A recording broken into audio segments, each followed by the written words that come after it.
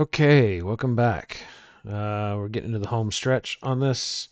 So in this video, we're going to create a service to do static code analysis on our different repositories using Sonarqube.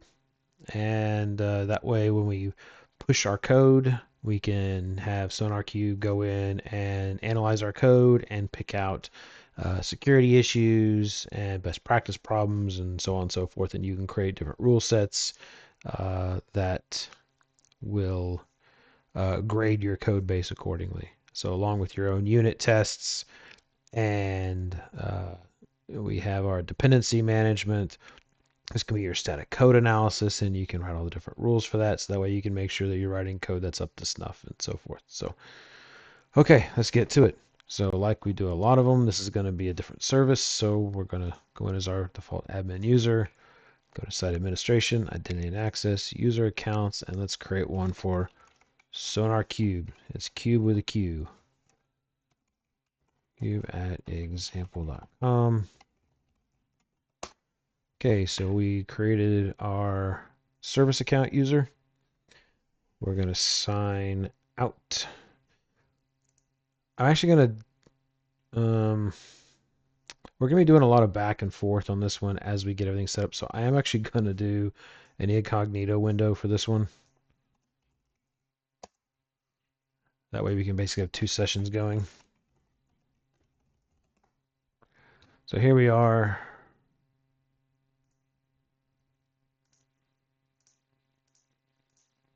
Okay, here we are in Git as Sonarqube. We're going to go to settings and applications. And we're going to create a application down here. We're going to call it, you guessed it, Sonarqube. And our redirect URI is going to be this Sonarqube port 9000 OAuth2 callback OIDC. Okay, so our client ID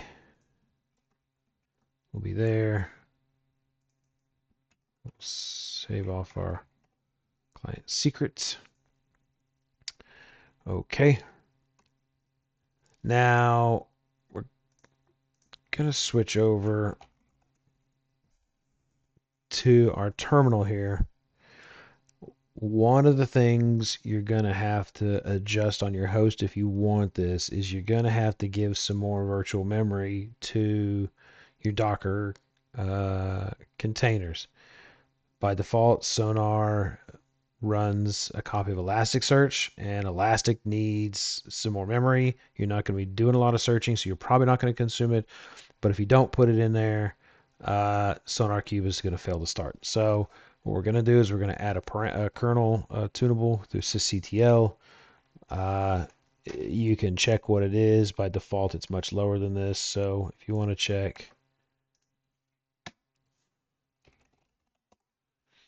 I already have mine set. That's the value that Elastic is going to want in order to function. If you don't have it, you can run this command here. This does a runtime modification of there.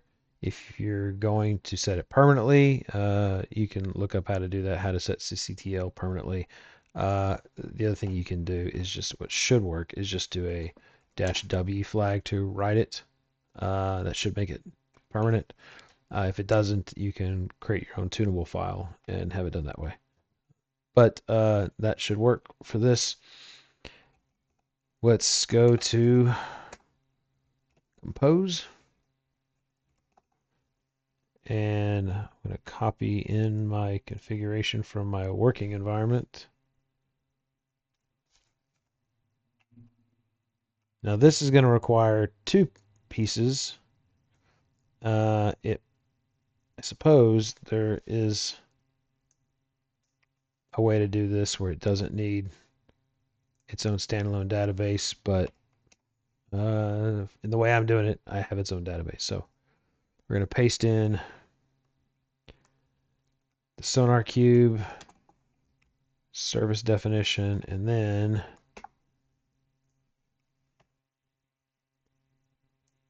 the Sonarqube database. It's going to run Postgres here. So for this one, this is the dependency here. So SQDB is what I'm calling it. Profile.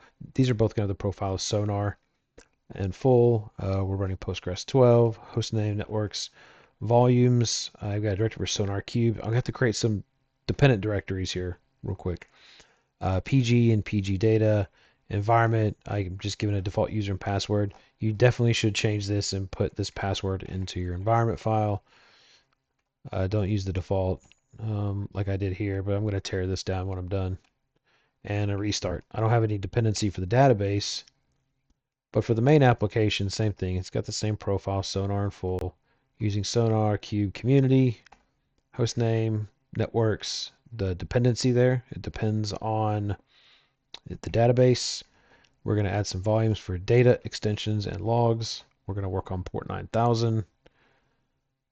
And here we go. We have the JDBC URL for it to talk to its database. The username and password for the database. Again, put something different here. Uh, our restart policy, and we're going to create a health check for this one just because we want to know when it's healthy, and this is the actual API endpoint to do that. And I gave it some sensible interval, timeout, retries, and start period. You know what?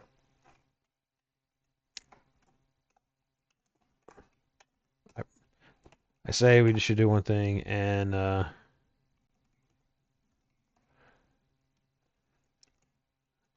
let's pick something random. Okay, maybe not. Just making up something here.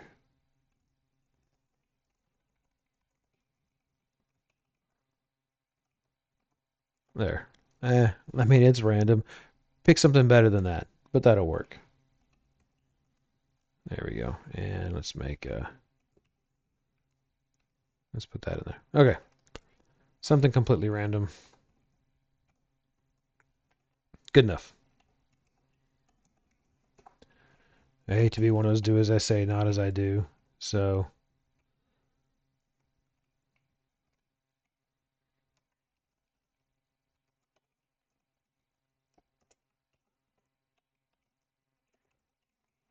I think that's what I call it. SQDB pass, yep.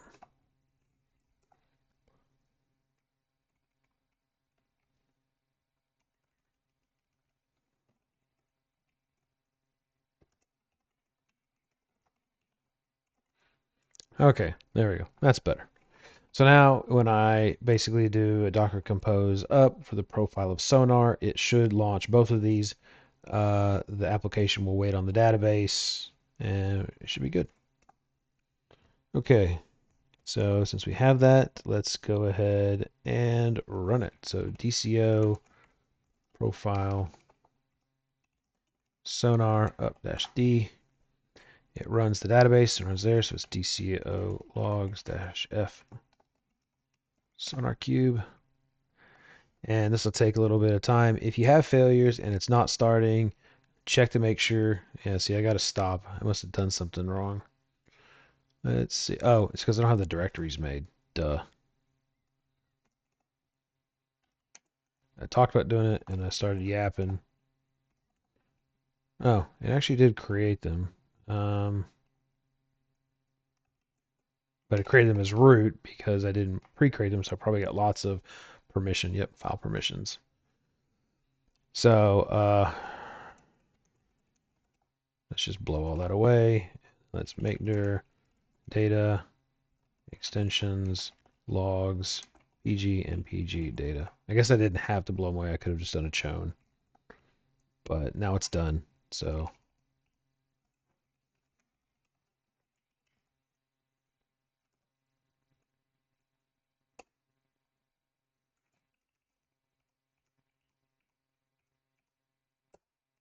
let's see if that's better now.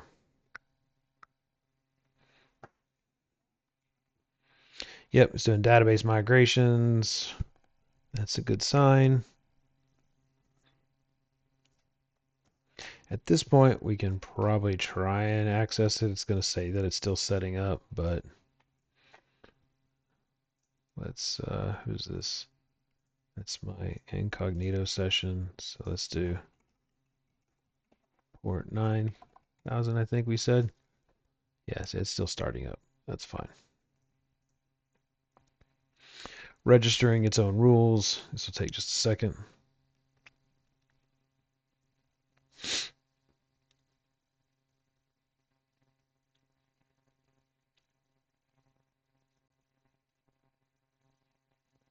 Starting up its pools and operational. That's good. So we're up. Now the first login we're going to do with good old admin as the default. It's going to ask us to change the password. So password, let's do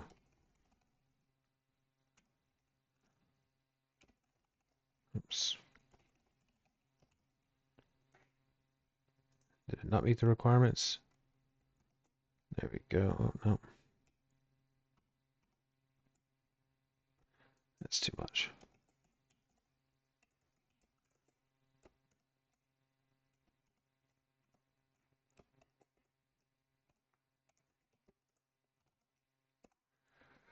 Okay, so we're in. Sonarqube is up and well, it's running. I wouldn't say it's doing much, but here we are. You can tinker around, you can look around, you can do whatever you got to do.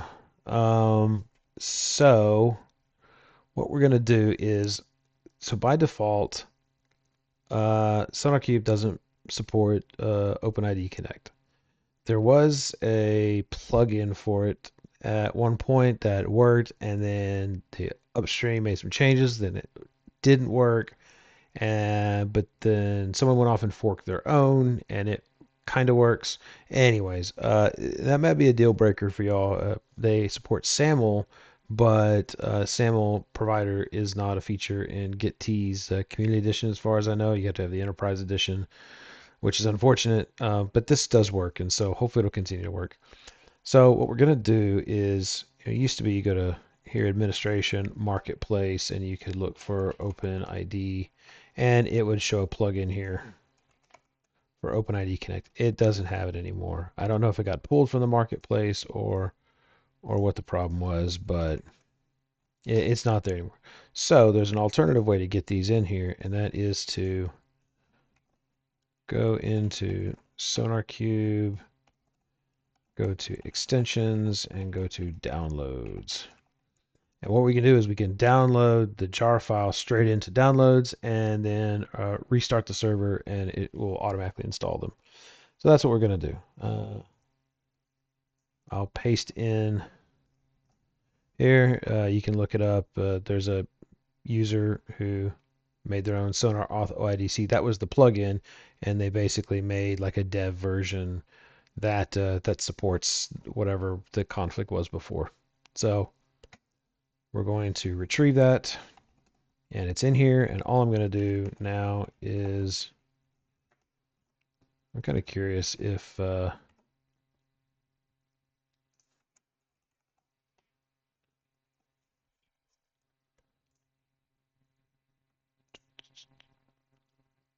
so best way to do this is to just restart it. So we're going to go docker compose restart Sonarqube. And what should happen here is it should see that it found a new plugin. It's going to go ahead and install the plugin for us automatically. It's doing some kind of maintenance. It's going to kind of hang out here for a little bit. Yeah, detect plugin changes. So we actually caught it at a good time.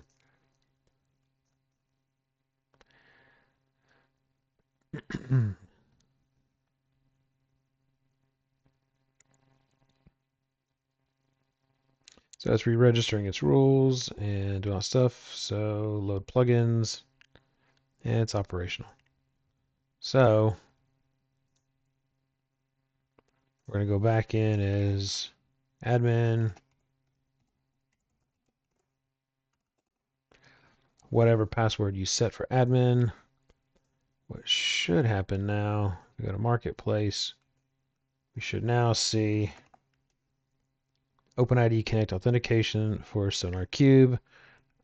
Hopefully it doesn't go away, but it works for now. So if this ends up breaking in the future, then you could always do something like running Keycloak for your own stuff and using SAML authentication. But that kind of breaks my whole process here. So that being said, what we're going to do is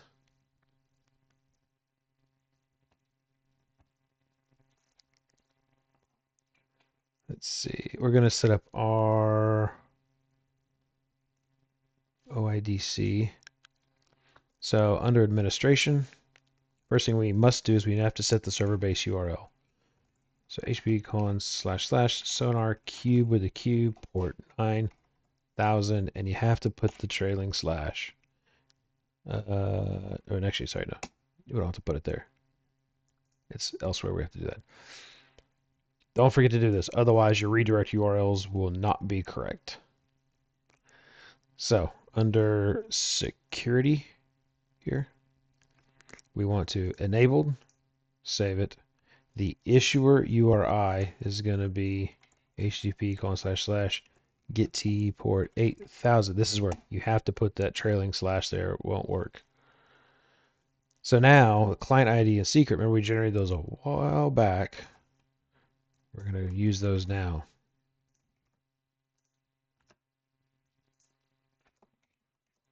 In this plugin.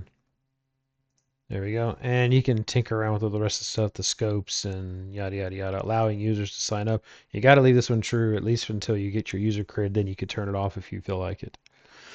Okay. Instead of signing out, because I've got to flip back and forth again. Oops. I'm going to go to this one, my incognito here, and I'm going to log in with OpenID Connect. And it'll ask me to authorize it. Now you'll notice I don't have administration here. I got to give myself rights on it. So what we'll do now that we've done that is administration, security, users, and you see it's pre-created. Actually, I was logged as the wrong user. So let's deactivate that user. Gone. Oh, because I'm logged in as Sonarqube there. I can sign out from there. Sign in as dqueen or your personal user. There we go. Now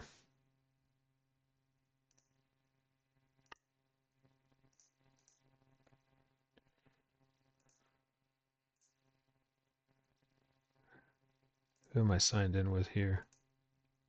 Sonarqube.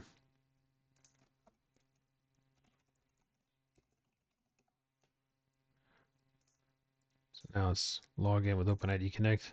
Authorize the application. Now there we go. I'm logged in as my user. We're back here as the admin user. Let me refresh that. There we go. So you can see it's created my account. All I want to do is go to groups, go to unselected, and add myself to Sonar administrators. Now I'm an administrator. I can go ahead and log out of this. I can close all my incognito tabs and just log in with OpenID Connect, and here I am. I'm an administrator, and I'm logged in as myself, so I know my authentication is working. Now, let's go through and start configuring this to do some static code analysis for me. All right. What we're going to do is, oops. We're going to create a new repository, call this Sonar Test, like that.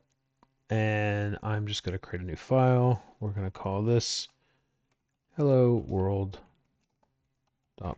just a simple Python file. So print hello world. Nothing crazy, just to put something there. Okay. Unfortunately, Sonar doesn't have a way for us to create to get to and import all of our stuff like you could try, but I'm actually kind of curious. Okay, so I tried to create a token and get it to work with GitLab, and it did not play well. So we'll do it the way I've been doing it for a while. So we are going to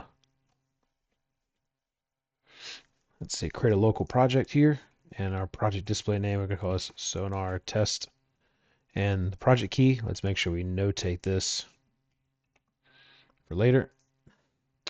And whatever our main branch is, we'll go to next. Use the global setting. You can play around with this if you want to. We're going to create this local project.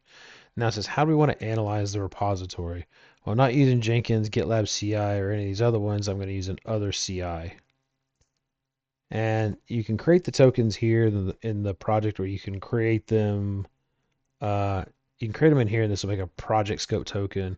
You could also go to My Account, Security, and generate a token here. So, analyze Sonar Test, something like that. You can make a project analysis token there, or make it global, so you can have one token that just works everywhere.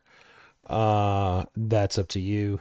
If this is for personal use, you may want to create a global token with no expiry. So you can just call this, analyze whatever. But since this is kind of for a particular token or a particular project, it's whatever. So we're going to call this just analyze repos. I don't know. Generate. And we're going to copy this. That's my token that I'm going to end up using. And this will just be able to do pretty much everything. This is global. Okay. So back in our GitLab repository, come over here. We'll find my Sonar test here. I'm going to go to settings, actions, and secrets. I'll create a new secret called Sonar token. And I'm going to paste that token right in there. It's up to you how you want to derive the name of your project keys. If you make your project key match the name of your repository, you could do it that way, or you could do like a variable. I need to do this anyways, so I'm going to do sonar host URL, and we're going to do Sonarqube port 9000. But the project key, you can make, if you're going to make them different or whatever, you can. If you match them, you don't have to do this. I'll just, for demonstration, sonar project key, and we called it sonar test. The project key is whatever we gave it. Let's see. Under project information, project key here. As long as if this matches the name of your repository, you could just inject the name of your repository when we do our CI/CD workflow, but you could do it as a variable. It's whatever you want to do. So back over here in our code base, we're going to create a new file. We're going to make an actions workflow. So .git is the directory, workflows is the subdirectory, and we're going to call this sonar demo.yaml. And I'm going to copy and paste that. Put the name up here, it's fine. Okay, so on a push or workflow dispatch,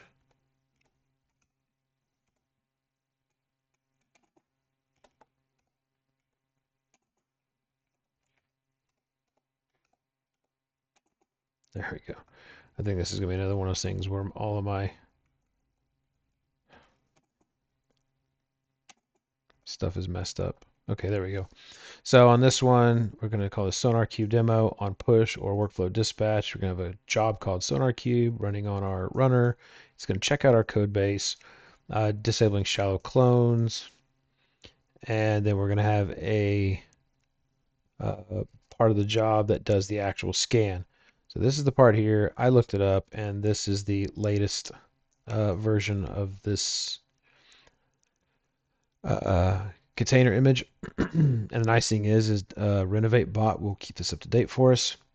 So we're going to launch Sonarqube scan action, and we're passing it in our Sonar token, the host URL, and our scanner options for the project key. Like I said, if you make it the same, instead of having a variable, you could just use your repository name. It's whatever.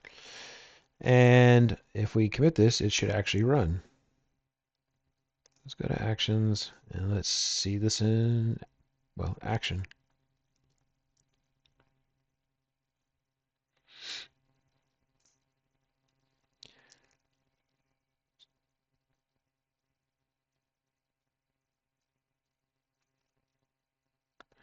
So, yeah, it's cloning the actions down from action cache.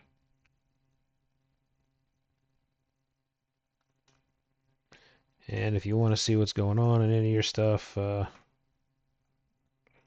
interesting. DCO logs -f act. See what it's doing here. Okay. So it actually ran. Well, it's currently running the sonar scan.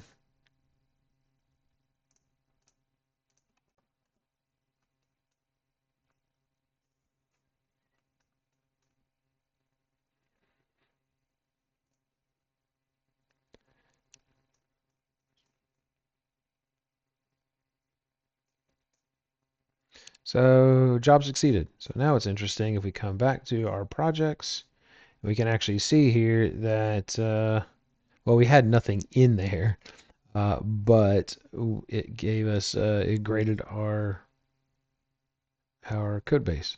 Like I said, we didn't really have anything for it to look at.